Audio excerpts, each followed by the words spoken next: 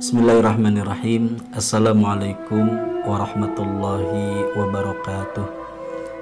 Alhamdulillahi wa kafa, wassalatu wassalamu ala sayyidina Muhammadinil Mustafa wa ala alihi wa ashabihi ahli sidqi wal wafa. Suatu ibadah bisa diterima atau ditolak oleh Allah, ternyata kuncinya niat. Suatu ibadah berpahala atau tidak sama sekali berpahala, ternyata terletak pada niatnya. Kebahagiaan seseorang di akhirat nanti ternyata salah satunya ditentukan antara lain oleh niatnya di balik apapun amal-amal yang dilakukan. Ada sebuah hadis di mana Rasulullah Shallallahu Alaihi Wasallam menyampaikan sebuah nasihat kepada salah seorang sahabatnya, Abu Hurairah. Tentu nasihat ini umumnya untuk seluruh umatnya hingga akhir zaman. Ada 3 manusia yang nanti di akhirat akan ditanya oleh Allah Subhanahu wa Ta'ala, dan mereka adalah orang-orang yang pertama akan merasakan bagaimana beratnya siksa Allah di dalam neraka. Naudzubillahi min dzalik. Yang pertama adalah seorang alim, seorang ulama. Kemudian kelak dipanggil oleh Allah dan ditanya, "Hambaku, apa yang engkau kerjakan dulu ketika di dunia?"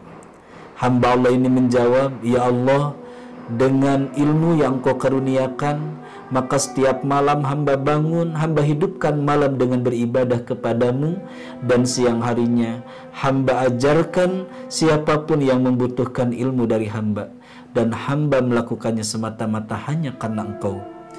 Mendengar pengakuan hamba Allah ini, kemudian Allah berfirman, "Hambaku, engkau dusta." Ternyata hamba Allah ini melakukan amal, niatnya bukan karena Allah. Demikian juga nanti di akhirat Allah memanggil orang yang kedua, yaitu seorang yang Allah karuniakan kepadanya harta kekayaan. Lalu Allah bertanya, "Hambaku, apa yang kau kerjakan dulu ketika di dunia?" Maka hamba Allah ini menjawab, "Ya Allah, dengan harta yang kau karuniakan kepada hamba, maka hamba nafkahkan harta itu di jalan-Mu, ya Allah." Kemudian yang ketiga, ternyata dipanggil salah seorang yang mengaku telah banyak berperang membela agama Allah, menegakkan kalimat Allah. Allah bertanya, "Hambaku, apa yang kau kerjakan dulu ketika di dunia?" Maka hamba Allah ini menjawab, "Ya Allah, ketika engkau perintahkan hamba untuk berperang di jalan-Mu, membela agama-Mu, menegakkan kalimat-Mu, maka hamba senantiasa ikut berperang, membela agama-Mu, menegakkan kalimat-Mu.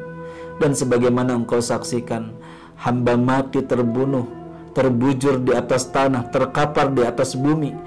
Hamba melakukan semua itu semata-mata hanya karena engkau, ya Allah."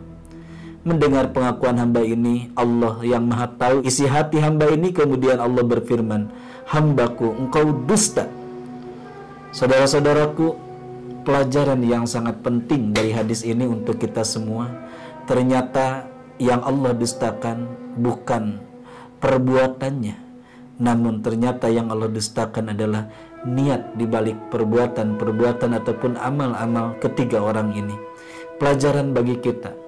Jadi penting bagi kita untuk terus memperkaya diri dengan banyak melakukan amal-amal kebaikan, namun saat yang bersamaan jangan sampai kita melupakan hal yang sangat esensi di balik apapun amal-amal yang kita lakukan. Hal-hal yang sifatnya esensial itulah yang akan menentukan amal-amal kita diterima atau sebaliknya ditolak oleh Allah Subhanahu wa Ta'ala, yaitu niat. Puncak niat tiada lain adalah keikhlasan. Wa ma umiru illa liya'budullaha mukhlishina lahuddin. Berbahagialah orang yang beramal dan semata-mata hanya Allah oriented, hanya ridho Allah yang dituju. Sangat merugi orang yang banyak amal tetapi kemudian Allah murka. Kenapa? Karena dia beramal tujuannya bukan karena Allah, semata-mata hanya berharap pujian, pengharapan dari makhluk Allah yang lainnya. Orang yang bahagia adalah orang yang ikhlas. Sebaliknya orang yang akan celaka nanti di akhirat adalah orang yang beramal yang tiada ikhlas. Mudah-mudahan kita diberikan kekuatan oleh Allah Subhanahu wa Ta'ala untuk senantiasa terus memperkaya diri melakukan banyak amal-amal kebaikan, kemudian Allah hujamkan kekuatan ikhlas di hati kita sehingga apapun amal-amal yang kita lakukan diterima oleh Allah Subhanahu wa Ta'ala. Subhanaka Allahumma rabbana wa bihamdika asyhadu an la ilaha illa anta astaghfiruka wa atubu ilaik. Semoga bermanfaat. Terima kasih atas perhatiannya dan mohon maaf atas segala kekurangannya. Wal afwu minkum. Wassalamualaikum warahmatullahi wabarakatuh.